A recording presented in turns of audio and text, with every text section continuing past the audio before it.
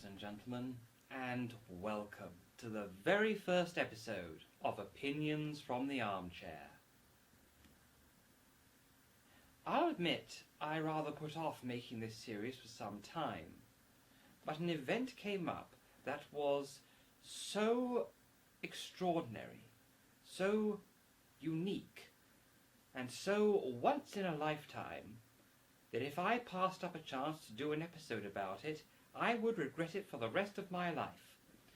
Let me begin by asking you this question. Do you remember the future?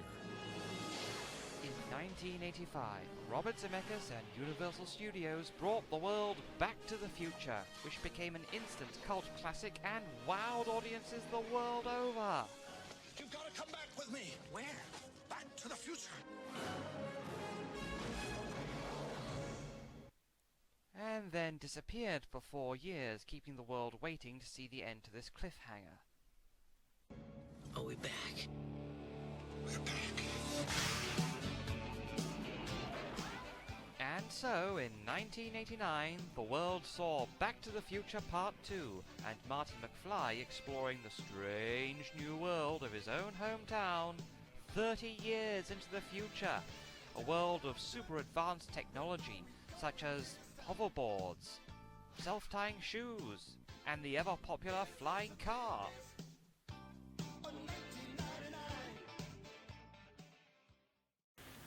Now here's another question for you.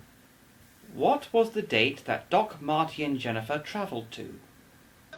On Wednesday, October 21st, 2015. 2015? You mean we're in the future? Indeed we are, Mr. McFly, because, ladies and gentlemen, believe it or not, I am speaking to you from Wednesday, October 21st, 2015. That's right. If Back to the Future was real, then today, Doc, Marty and Jennifer would be arriving in the DeLorean from the year 1985. It's a fantasy come true! Or is it? Most would say that the year 2015 has turned out to be a big disappointment. That we simply don't have the advanced technology that was shown to us so many years ago by Mr. Zemeckis. But how far off are we from that technological wonderland? Well, to answer that question, I am going to go through Back to the Future's entire 2015 segment, analysing each technological marvel as it arises, and then compare it to the reality. And so, ladies and gentlemen, I invite you to sit back and relax as we go back to yesterday's future!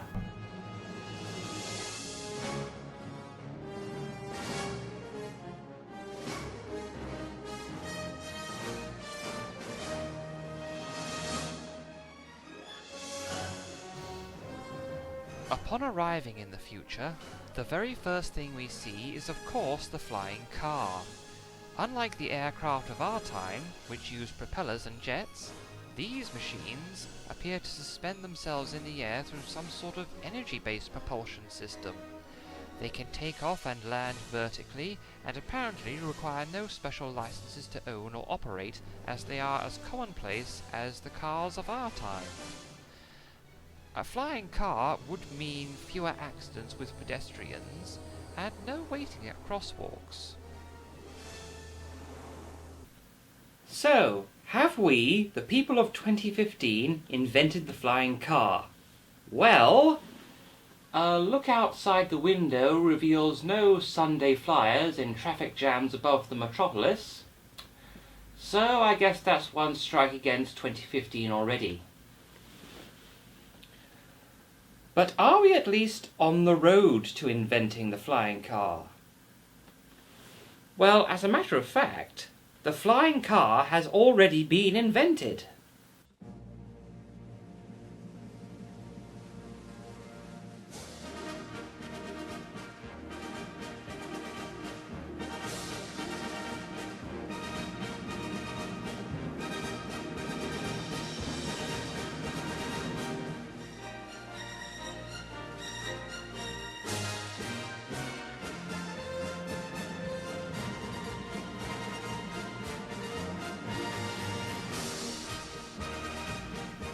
companies like Aeromobile and PAL-V have developed these prototypes of their new roadable aircraft. These machines work equally well on land and in the sky, and their makers hope to have them for sale by 2017. But neither of these designs will simply allow you to simply take off from your house and fly to work, because they both need airports or at least runways to take off and land, meaning they don't have the same kind of freedom and convenience as seen in the movie. They aren't so much as flying cars as planes that you can drive on the road. However, Terrafugia, an American company with a Japanese-sounding name, is developing something that more closely realizes this dream, the TFX. It's still in the early stages of development and won't be seen on the road or even in the sky until at least 2021. This company says the car will work perfectly well on the road, carry 4 people, and have the ability to take off vertically. It doesn't need a runway, just an open, flat area with 100 feet of clearance. It will have 2 propellers for vertical takeoff and a third for propulsion. Thanks to its onboard computer, this car can even fly and land by itself. And it's a hybrid. Its wings even put one in mind of the DeLorean's gull-wing doors. So, in conclusion to this segment, while technically we, the people of 2015, have invented the flying car, they are far from commonplace. In fact, they are not even rare, as only a few prototypes exist. They won't be available for sale for years, and even then will cost as much as a high-end luxury car. Also, they require a pilot's license to operate and use propellers rather than whatever form of energy-based propulsion is shown in the film.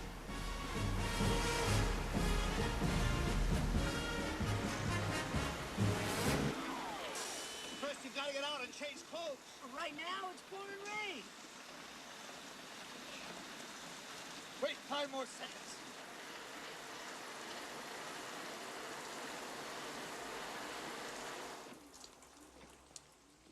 Right on the tick. Amazing. Absolutely amazing. Too bad the post office isn't as efficient as the weather service. Well, there is the practice of cloud seeding. This is used in numerous countries around the world to either cause clouds to bring rain, thus preventing droughts, or to disperse possible rain clouds, thereby preventing one's parade from being rained on. In 2008, the Chinese government launched a massive cloud offensive, using aircraft and even artillery to disperse any clouds that threatened the Olympic Games. But for the most part, no, there is no such thing as a weather service. You to the skies, Marty, but I was afraid you wouldn't recognize me. I went to a rejuvenation clinic and got a whole natural overhaul. They took out some wrinkles, did a hair repair, change of blood, added a good 30 to 40 years to my life. They also replaced my spleen and colon. What do you think? You look great, Doc. Extreme cosmetic surgery with debatable results. Yeah, we've got that.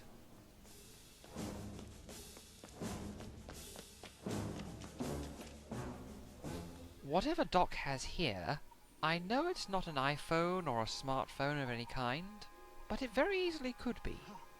Precisely on schedule.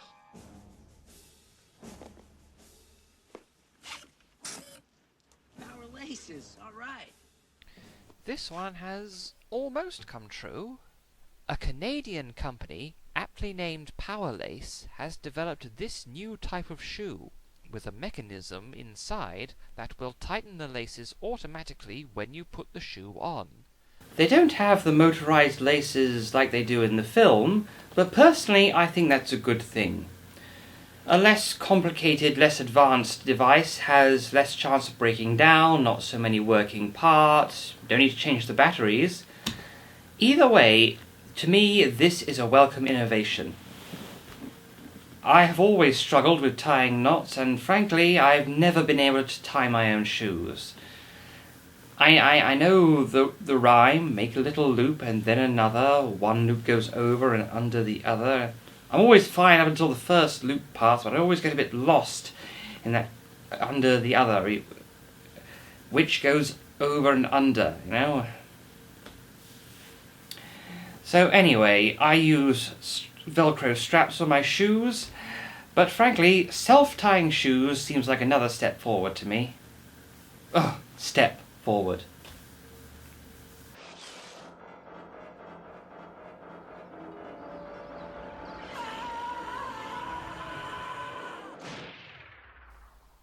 Initially, I was going to pass this one by, partly because the shark wasn't a particularly important part of the film, and partly because it goes without saying that we simply don't have holographic technology. Holograms have been a staple of science fiction for decades. Supposedly, they are a three-dimensional projection of light and energy, but instead of being projected onto a screen, they are projected over empty space. And in fiction, they've been used for entertainment, interactive controls, displays, instrumentation, communications, and more. But we still haven't worked out how to build them, or if they're even possible. Have we? What you are seeing is real. The Japanese company Ariel Burton is developing technology that really does create 3D holographic images, not projected onto a flat surface, but actually into the air. How have they achieved this? How do they project these images? Well, technically, these real-life holograms aren't projections at all. The device in question is made up of a series of high-precision lasers.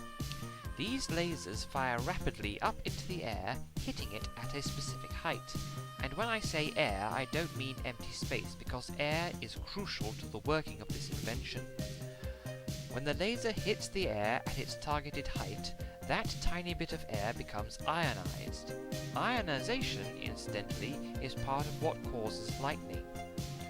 Upon being ionized, that tiny bit of air glows bright, creating a light that we can see.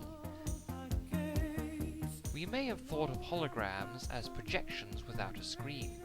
These are more like high-precision firework displays.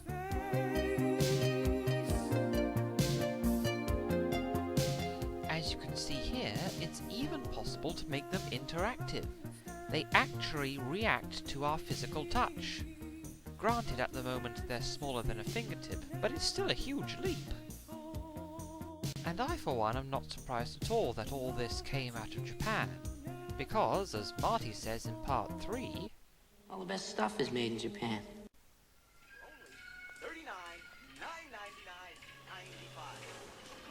ordinary 80s things being sold as antiques. Well, we of 2015 definitely view them as retro, so I guess that's almost antique.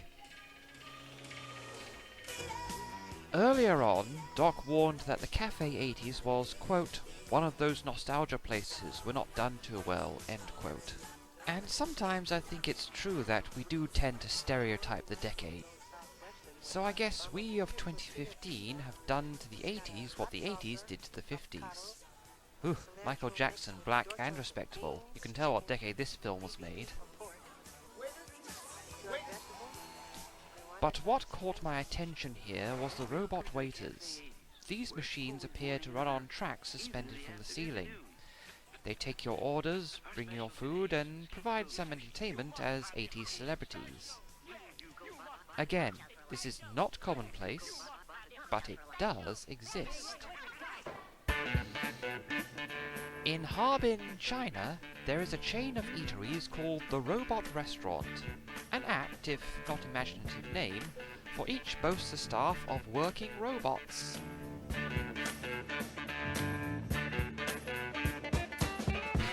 Upon entering, you're met with this large fellow, the usher robot, who extends you greetings and waves you inside. I know all of y'all remember. Apparently, not all the Autobots got a share of the movie profits. Although the way they've been going lately, I doubt there'll be any profits left. Your order is programmed into the robot chefs by the humans, so it's not fully automated yet. And yes, I said robot chefs. Robot. Robot. Funky robot. machines are capable of preparing 30 different meals, which are then mechanically loaded onto the waiters' trays, and the waiters take them to the tables. The waiters are programmed to follow the white stripe painted on the floor of the restaurant. They also have a radar built in to avoid bumping into the customers. They also have a second variety of robot waiter that runs on tracks suspended from the ceiling, just like in the Cafe 80s. These machines lower your food down right to your table, so there's no chance of bumping into them. They also take away the empty dishes when you're done. And in between, they provide entertainment.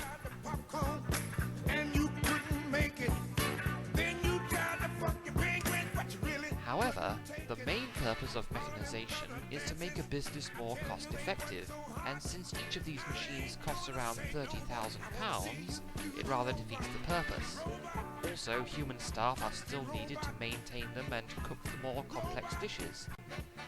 So I think it's safe to say that the primary purpose of these machines is to serve not so much food, but as a gimmick to draw in customers.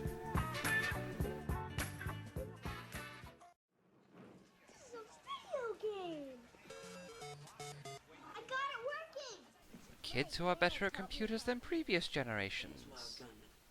Yeah, we have them. I'll show you, kid.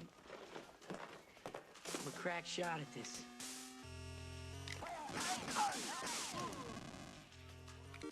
You mean you have to use your hands? That's like a baby's toy. Kids who think anything old is worthless. We definitely have them. But let's talk about why they think hand controls are primitive. The video game industry has always been quick to jump on new technology, and over the last few years, they've been changing the very definition of playing a video game. First, Nintendo came out with the Wii. Rather than just pressing buttons, these games are played by using a motion-sensitive remote control. Microsoft answered back with the Xbox Kinect. This device is a motion-sensitive camera that tracks the movements of your entire body. When you play the game, you literally become the controller. And Oculus is developing virtual reality software for the gaming industry. You control the action with motion-sensitive visor and armbands. But all of that is nothing compared to this. Believe it or not, this man is controlling a computer using nothing but his mind. Companies like this one have been developing technology that allows disabled people, like this gentleman, to use computers. The subject wears a sensor on his head that detects activity within the brain. The system learns what brain activity is created when the user has certain thoughts. Then the program recognizes these thoughts as cues for certain actions, such as opening files, typing letters. It moved left. Think right. It moved right. Got it trained. It took 20 minutes. And if you think the gaming industry isn't going to jump on this one day, you're sadly mistaken. And what is the name of this company that allows people to move things with the power of the mind?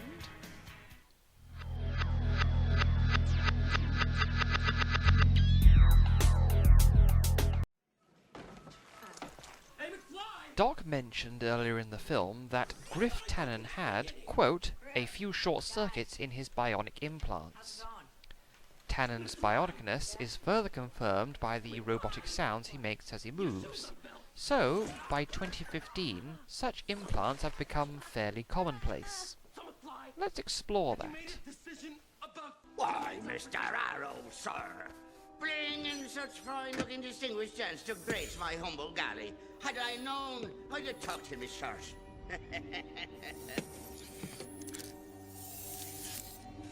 Cyborg.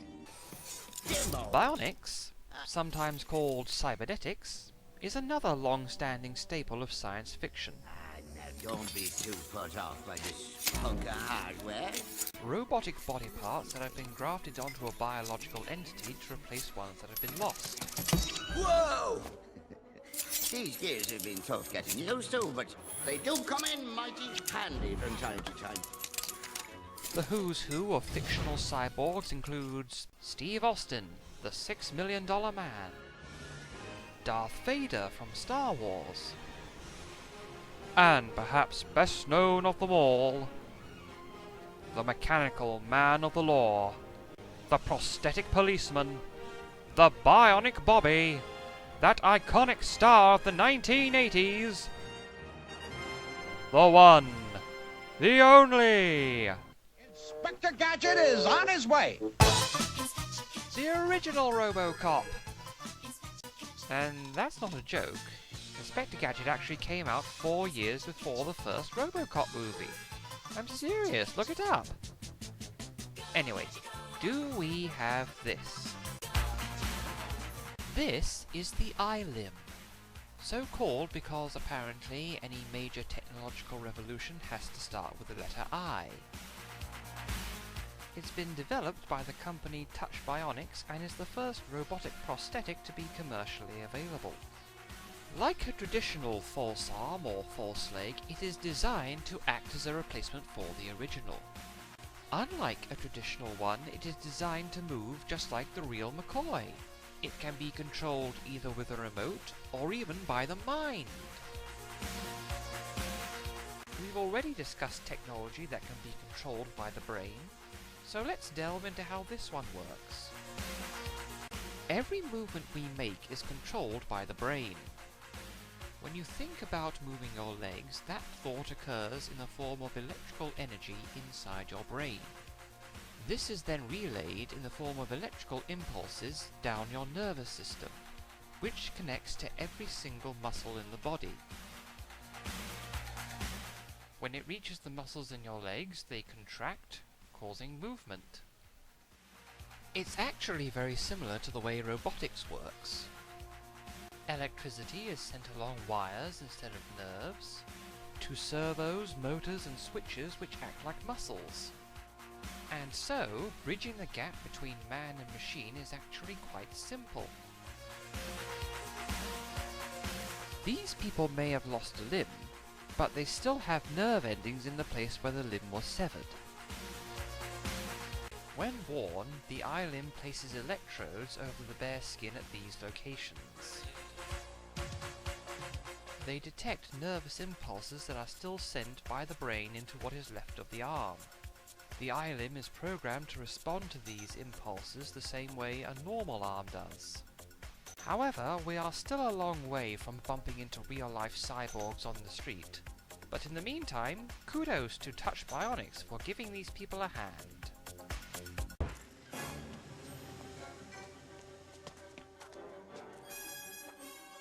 Hey, hey, hey, hey, hey! Hey, hey, hey, hey! Stop! Little girl! Stop! Look! I need to borrow your hoverboard. Where is he? Ah yes, the hoverboard. This documentary would not be complete without it. One of the most iconic items of Future Hill Valley, and indeed of the entire trilogy. Instead of wheels, these boards use some sort of anti-gravity technology to keep themselves and their riders afloat. This would certainly save wear and tear on both boards and roads. Incidentally, here's an interesting fact about all kinds of wheeled vehicles. They are constantly slowed down by the friction their own wheels create, both against the road and their own axles. Something very familiar about all this. So any vehicle that doesn't actually make physical contact with its road or track would be able to move a lot faster, as it would generate no friction at all and take less energy to propel it forward.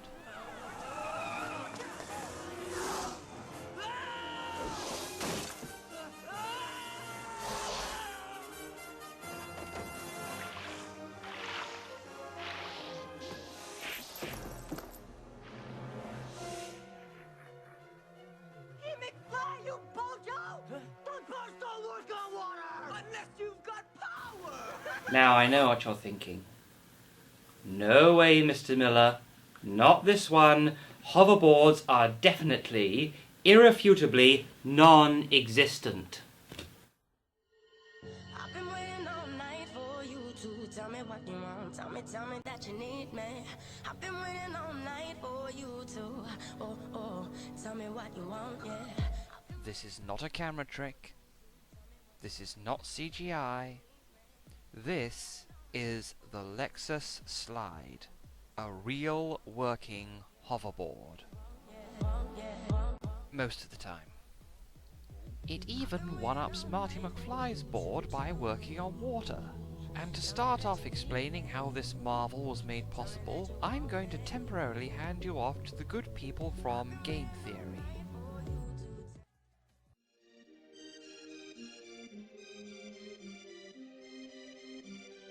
So what's with this magical illusion? What we have here is an example of flux pinning, which all depends on deep penetration. Penetration by magnets. So a superconductor is a material that, when cooled below a certain critical temperature, is able to conduct electricity with zero energy loss. In other words, if I added some electric current into a superconducting wire and removed the power source, the electricity would continue to run through the wire forever, which is awesome, unless you're a magnetic field. You see, the other property of superconductors is that they expel any magnetic fields going through them. This is called the Meissner effect. But some superconductors, like this one, are so thin that magnetic fields are able to penetrate them. They just do so in incredibly tiny amounts called flux tubes. For a disc this size, there are nearly 100 billion flux tubes, able to hold 70,000 times the conductor's weight. At such low temperatures, the flux tubes become pinned and can't move, which is how the disc levitates in space. And so long as there's a magnet underneath it, the flux tubes will suspend the superconductor as long as it remains sufficiently cold. Lexus achieves this marvel with copious amounts of liquid nitrogen, just like Chef Heston Blumenthal. The board contains 2 reservoirs of liquid nitrogen. It's these that allow the superconductors to remain so cold for extended periods of time. However, mentioning the need for magnets earlier brings me to one of the major limitations of this real-life hoverboard. It can only work as long as there is a magnetic track underneath to support it. Now, in the video we saw earlier, it looked like the board could be used anywhere, anytime. But that's because the skate park we saw was specially constructed with a magnetic track concealed beneath the regular track. So there was some illusion to this.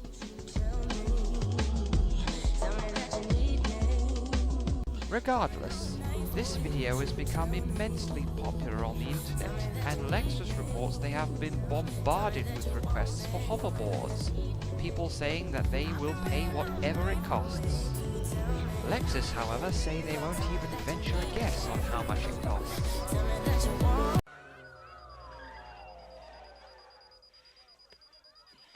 Drying mode on. Self-drying jackets. No, we definitely don't have them, but if they do invent them, we in rainy old England will be their best customers. Hey, kid, hey, little girl. Thanks. Keep it. I got a pit bull now. Come on. Save the clock tower! Hey, kid. Thumb $100, will you, and help save the clock tower? In 2015, payments are made by simply pressing your thumb against a scanner, which reads your thumbprint and makes the payment instantly. I always thought this would be a very quick and convenient way of making payments. Although some people aren't crazy about the idea of everyone having their fingerprints on record.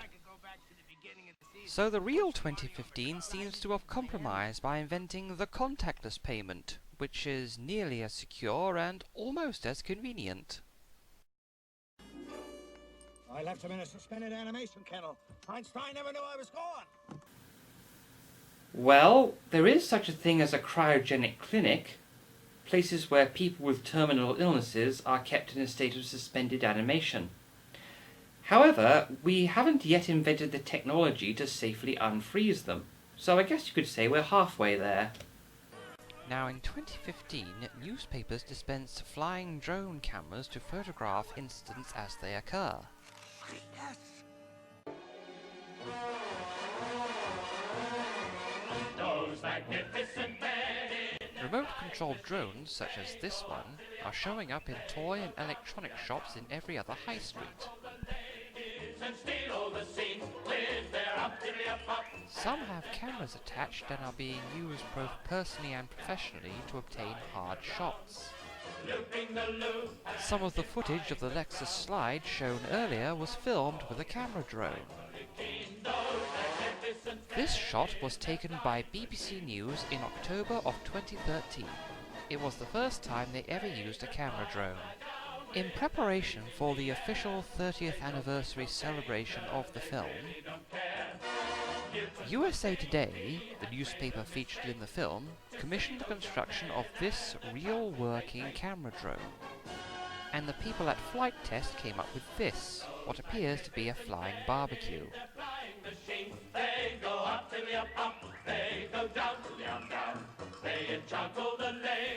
However, they are still a long way from being standard news equipment or being deployed all over the country.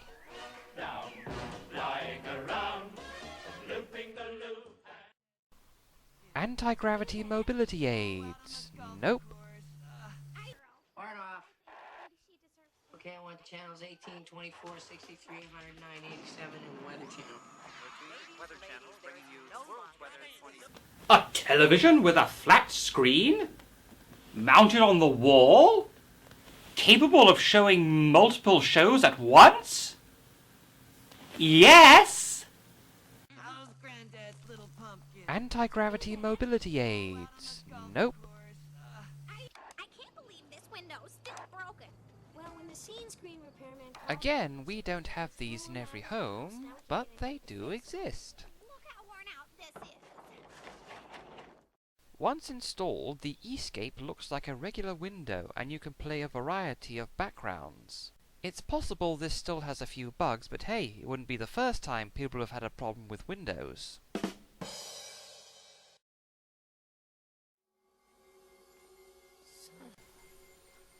A dog walking drone.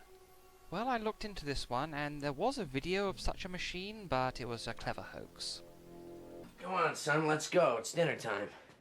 Dad, I'm watching these programs. Mister, we eat at the dinner table when your grandparents are here. Put your damn glasses on, huh? Dad, I can only watch 2 shows at once on these things. Yeah, you kids really got it rough. When I was your age, I wanted to watch 2 shows at once. I had to put 2 sets next to each other. Now, that scene was actually cut from the final edit of the film. But I put it back in because, well, it's true. I can literally say what future Marty McFly just said.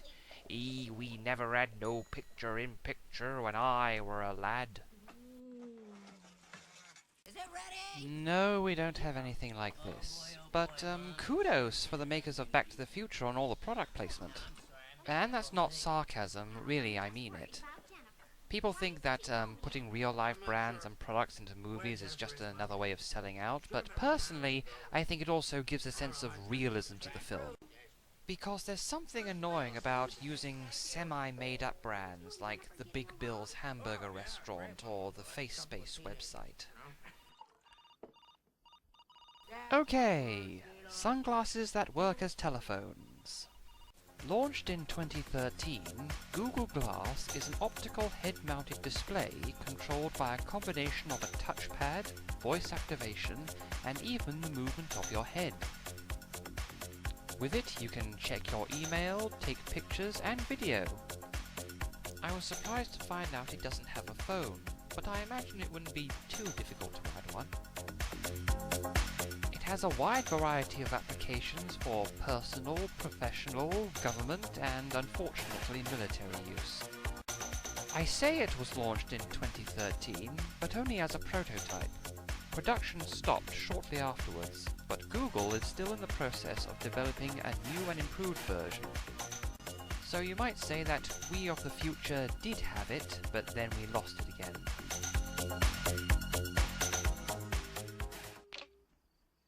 Hey, Big M. Video chat, yes. Fax machines throughout the house, no. Oh, this is heavy. And finally, film predicted that by 2015 this guy would become a middle-aged man with limited use of his hands, whose glory days appear to be behind him. And there you have it, ladies and gentlemen. We've completed our journey back to yesterday's future. On the whole, you would be justified in saying that the real 2015 turned out nothing like it did in the film. But in making this documentary, looking at all the remarkable technology that's emerging in this age, I've developed a rather interesting observation. The real 2015 feels like it's the halfway point to the fantasy 2015. Here, let me illustrate it for you. Imagine that this line represents time. Here's the present, 2015, the future, and the past. Now, as anyone who has studied history will tell you, when a new invention first comes out, it's often crude, ineffective, and available only to the rich and privileged. But as time passes, the invention is improved upon and becomes much more effective and available. Now, if we were to skew off onto this tangent, we find the alternate 2015 of the film, wherein we find the advanced technology such as flying cars, holograms, and hoverboards that the film predicted we would have by 2015. Now it stands to reason that prior to this point in time, somewhere in the past, there was an era when all this amazing technology was developed. An era where man developed the first prototypes that were crude, ineffective, and incredibly expensive. Well, I think that's when we are now. This feels like the age when we developed the early hoverboards, holograms, and flying cars that led up to the more advanced versions in the film. Now, if Doc, Marty, and Jennifer had travelled not 30, but 60 years into the future and gone to rescue Marty's grandson or something, then we would have had a film whose predictions may have turned out to be much more accurate. But to answer my original question, is 2015 like it is in Back to the Future Part 2? Well, I believe the answer is a mixture of no, but getting there, sort of, yes, and sadly yes. Well, ladies and gentlemen, that's my show. And I leave you with the words of Eleanor Roosevelt. The future belongs to those who believe in the beauty of their dreams. Please feel free to subscribe, like, comment, talk about this on social networking sites, and of course, join me next time for more Opinions from the Armchair.